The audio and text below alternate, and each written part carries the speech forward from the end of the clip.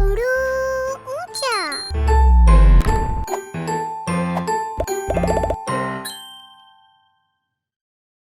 आपने अपने इर्द गिर्द बहुत से जानवर और दरख्त देखे होंगे।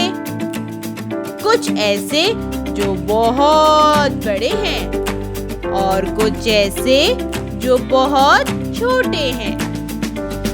कुछ को आपने हवा में उड़ते देखा होगा, तो कुछ को पानी में तैरते हुए और कुछ को जमीन पर।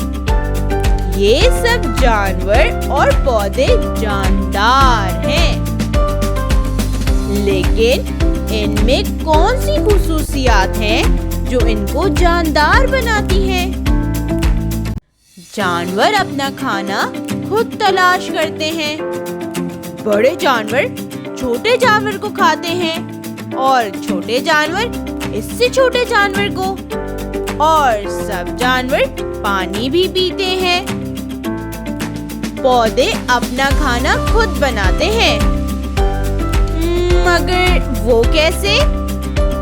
सूरज की रोशनी, पानी, मिट्टी से ग़िज़ा हासिल करके। सब जानदार खाना खाते हैं और पानी पीते हैं।